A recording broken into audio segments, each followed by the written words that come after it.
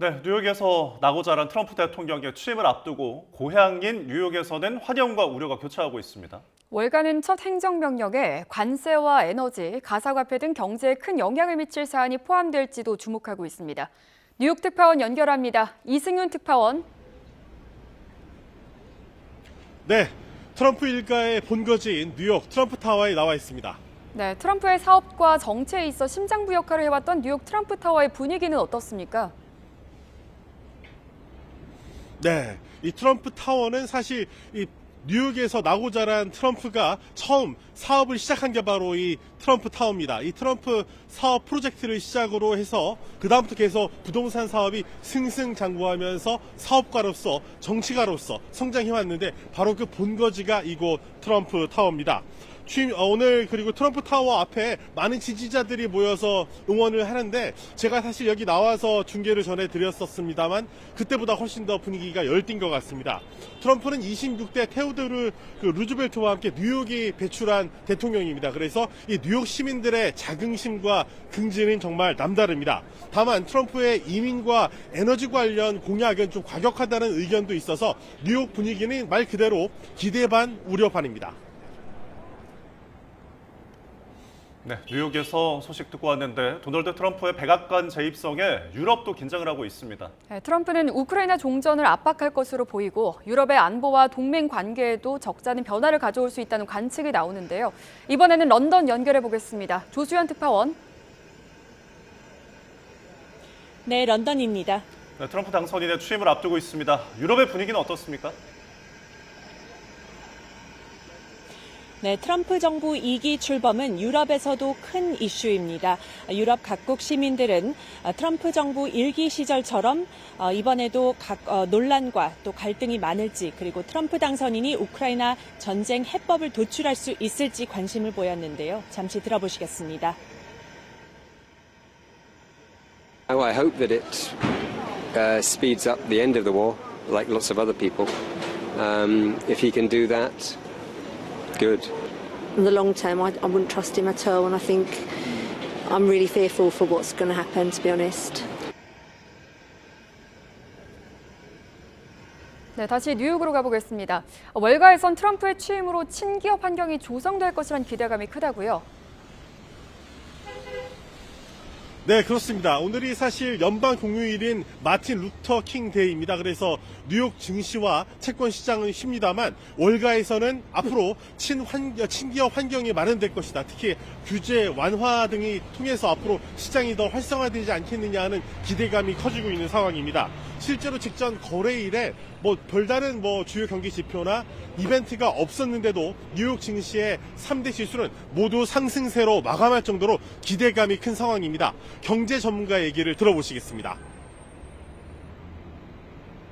And really what it points to is a bit of a continuation of the Goldilocks theme that we saw for much of 2024, which is very solid economic growth. 이런 가운데 월가는 의회를 거치지 않고 신속하게 정책을 시행할 수 있는 행정명령에 트럼프가 어떤 내용을 담을지 상황을 예의주시하고 있습니다. 트럼프는 이 마약과 불법 이민자를 이유로 취임 당일에 이 중국에는 일단 추가 관세에 10%의 관세를 더 부과하고 멕시코와 캐나다에는 각각 25%의 관세를 부과하겠다고 예고했습니다. 이 모든 수입품에 대한 10에서 20%의 이 보편 관세 조치도 내려질 가능성이 있습니다. CNN은 이 트럼프가 관세 부과를 정당화하기 위해서 국가 경제 비상사태 선포를 검토 중이라고 보도했는데 이 역시 포함될 수 있습니다. 또 관세와 수입세, 외국에서 들어오는 모든 수입을 징수할 수 있는 이 대외 수입청 신설도 이루어질 가능성이 있습니다. 다만 투자자들은 트럼프가 시진핑 중국 국가 주석과 통화한 만큼 당장 이 대중 관세를 부과하진 않을 것으로 전망하기도 했습니다. 트럼프가 이 온실가스 배출량을 규제하는 파리 기후 협정 등 이 전임 바이든 대통령의 흔적을 지우는 작업을 본격화할 가능성도 있습니다. 특히 바이든이 미 연안의 이 신규 원유, 가스 시출을 금지한 행정명령도 즉시 뒤집겠다고 예고한 상태입니다. 아울러 자동차 배출가스 규제 기준을 백지화하고 미국산 천연가스를 수출하는 공장 승인을 제기하는 행정명령을 내릴 수도 있습니다. 또 가상화폐 규제 완화와 이 비트코인의 전략적 비축, 가상화폐 자문위원회 신설을 행정명령에 포함할 가능성도 큰 상태입니다. 네, 트럼프 2기 행정부의 출범은 이 유럽에서도 여러 난제를 예고하고 있는데 우크라이나 전쟁 전망 어떻습니까? 네, 트럼프 당선인은 취임 후 며칠 내로 푸틴 러시아 대통령과 전화 통화 일정을 잡으라고 참모들에게 지시한 것으로 전해졌습니다. 많이들 아시다시피 그동안 트럼프 당선인이 전쟁을 조속히 끝내겠다고 공언해온 만큼 적극적으로 협상을 중재하려는 모습입니다. 하지만 우크라이나는 안보 보장을 위해 나토 가입을 원하고 또 러시아는 이에 강력히 반대하고 있어서요. 현재로서는 접점을 찾기가 쉽지 않아 보입니다. 결국 양측이 어느 수준까지 양보할 수 있느냐가 관건인데 YTN이 인터뷰한 영국 싱크탱크 왕립합동 군사연구소 국장의 얘기를 들어보시죠.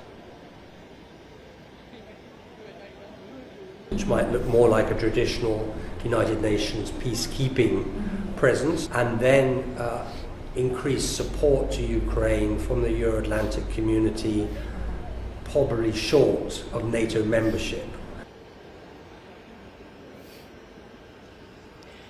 네, 중동 가자 지구에서는 이스라엘과 하마스의 1단계 휴전이 지난 19일 발효된 가운데 트럼프는 2, 3단계 협상 쟁점을 관리하기 위한 특사 파견을 검토 중입니다. 이와 함께 고율 관세를 비롯해 다방면으로 유럽을 압박하고 있습니다. 나토 회원국들의 방위비 지출 목표를 현행 국내 총생산 대비 2%에서 5%로 올릴 것을 요구했고 그린란드 편입 의사도 드러냈습니다. 이에 따라 EU와 나토, 영국 지도자들은 다음 달 3일 브뤼셀에서 유럽의 방위 미래를 논의하기로 하는 등 분주하게 움직이고 있습니다. EU는 미국의 관세 위협에 직면한 멕시코와 25년 만에 무역협정 현대화에 합의하기도 했습니다. 또 스타머 영국 총리는 미영 간 무역협정을 맺고 싶다는 의사를 피력했고 안토니우 코스타 EU 정상회의 상임의장과 시진핑 중국 국가주석은 전화 통화를 하면서 관계 관리에 나섰습니다. 이런 가운데 미국의 제재를 받는 러시아와 이란은 트럼프 취임을 사흘 앞두고 포괄적 전략적 동반자 조약을 체결하는 등 밀착을 강화하고 있습니다. 트럼프의 대통령 재집권으로 세계 질서를 예측하기 더욱 어려워지면서 유럽과 중동 국가들은 복잡한 셈법 속에 외교의 지평을 확대하려는 모양새입니다. 네, 지금까지 뉴욕에서 이수균 그리고 런던에서 조수현 특파원과 성원 연결했습니다. 고맙습니다.